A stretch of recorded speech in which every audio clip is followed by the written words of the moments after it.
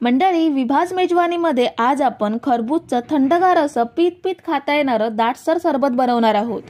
उन्हाळ्यामध्ये फक्त पाणी पीत राहावंसं वाटतं किंवा थंडगार काहीतरी प्यावंसं वाटतं, गरमीमुळे जेवण सुद्धा नकोसं वाटतं, तेव्हा हे पीत खाता येणारं सरबत नक्की बनवू शकता। मंडळी, रेसिपी सुरू करण्याआधी चॅनलवरती नवीन असाल तर लगेच सबस्क्राइब करून घ्या आणि नवीन रेसिपीजच्या नोटिफिकेशनसाठी बेल बटन सुद्धा प्रेस करा। इथे मी एक खरबूज घेतलंय, ह्याला मधून कापून 2 भाग करून घेऊयात। आता यामधल्या बिया चमच्याने काढून घेऊयात। ह्या पद्धतीने खरबूज कापून घेतलं की ह्याच्या बिया आपल्याला अगदी सहज वेगळ्या करता येतात। बिया काढून झाल्यावर चमच्यानेच आपण ह्याचा गर काढून घेणार आहोत। चमच्याने अगदी व्यवस्थित ह्याचा गर निघतो। हे बघा, मस्त असा गर काढून घेतलाय। दुसऱ्या अर्ध्या भागाचा आपण असाच गर काढून घेऊयात। आता आपल्याला खरबूजाचा वेगळा केलेला गर मिक्सरला बारीक करून घ्यायचा आहे। दोन्ही भागातील गर मिक्सरच्या भांड्यात घेऊन बारीक करून घेऊयात। तर आपण खरबूजचा गर बारीक करून घेतलाय, कुठेही गट्टे राहिले नाहीयेत, छान प्युरी तयार झालीये। आता आपल्याला खोलगट पॅन मध्ये 3 कप पाणी घ्यायचं आहे। ह्या पाण्यामध्ये आपल्याला साबुदाणे उकळून घ्यायचे आहेत।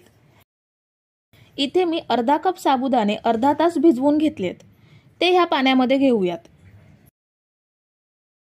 आता मीडियम गॅसवरती साबुदाण्याला उकळी काढून घ्यायची आहे। तर साबुदाण्याला उकळी यायला सुरुवात झालीये, आपल्याला अजून फक्त 5 मिनिटे ह्या साबुदाण्यांना उकळी काढून घ्यायची आहे। 5 मिनिटे साबुदाणे उकळून घेतल्यावर गॅस बंद करूयात आणि हे साबुदाणे आपल्याला गाळणीमध्ये गाळून घ्यायचे आहेत। आता एका मिक्सिंग बाउल मध्ये 3 कप गाईचं दूध घेऊयात। म्हशीचं दूध सुद्धा घेऊ शकता, पण सध्या गरमीचे दिवस आहेत आणि म्हशीचं दूध गरम असतं, म्हणून शक्यतो गाईचं दूध वापरायचं। दूध गरम करून थंड करून घेतलेलं आहे। आता ह्यामध्ये 2 चमचे कस्टर्ड पावडर घेऊयात। कुठच्याही कंपनीची कस्टर्ड पावडर घेऊ शकता। कस्टर्ड पावडर दुधामध्ये छान मिक्स करून घ्यायची आहे, कुठेही गट्टे राहता नाहीत, अगदी व्यवस्थित आपल्याला ही मिक्स करून घ्यायची आहे। तर साधारण मिनिटभरातच कस्टर्ड पावडर छान मिक्स झाली आहे। आता आपल्याला हे दूध उकळून घ्यायचं आहे। पॅन मध्ये कस्टर्ड पावडर मिक्स केलेलं दूध घेऊयात। आता हे दूध आपल्याला मीडियम गॅसवरती उकळून घ्यायचं आहे। दूध आपल्याला अधेमध्ये ढवळत राहायचं आहे, कारण कस्टर्ड पावडरचे गट्टे होऊ शकतात किंवा तळाला थर जमा होऊन गट्टा होऊ शकतो, म्हणून हे अधेमध्ये ढवळून उकळून घेऊयात। आता दुधाला साधारण उकळी आली आहे आणि दूध सुद्धा पहिल्यापेक्षा घट्ट झालंय। ह्यापेक्षा जास्त आपल्याला दूध उकळायचं नाहीये, नाहीतर ते थंड झाल्यावर अजून घट्ट होईल। आता ह्यामध्ये अर्धा कप साखर घेऊयात। साखर ह्यामध्ये मिक्स करून घेऊयात।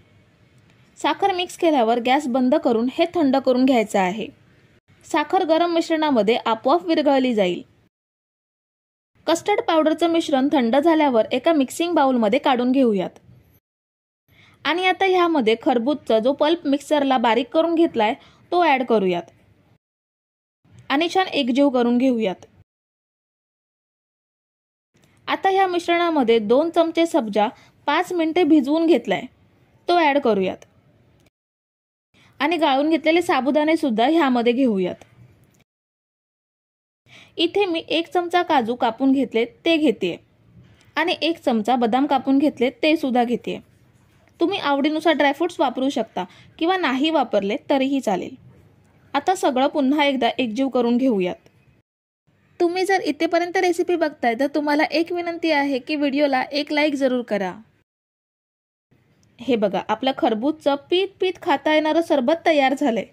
तुम्ही हे फ्रीज मध्ये अर्धा तास थंड करून पिऊ शकता किंवा ह्यामध्ये बर्फ सुद्धा ऍड करून पिऊ शकता आणि थंड नको असेल तर असंच सुद्धा हे सरबत खूप चविष्ट लागतं। एकदा नक्की ट्राय करून पहा हे सरबत आणि कसं झालं हे कमेंट करून नक्की सांगा। तर मंडळी, रेसिपी कशी वाटली हे कमेंट करून नक्की सांगा आणि व्हिडिओला न विसरता लाईक करा। रेसिपी तुमच्या मित्रमैत्रिणींसोबत शेअर करा आणि चॅनलला सबस्क्राइब केलं नसेल तर लगेच सबस्क्राइब करून घ्या। Thank you.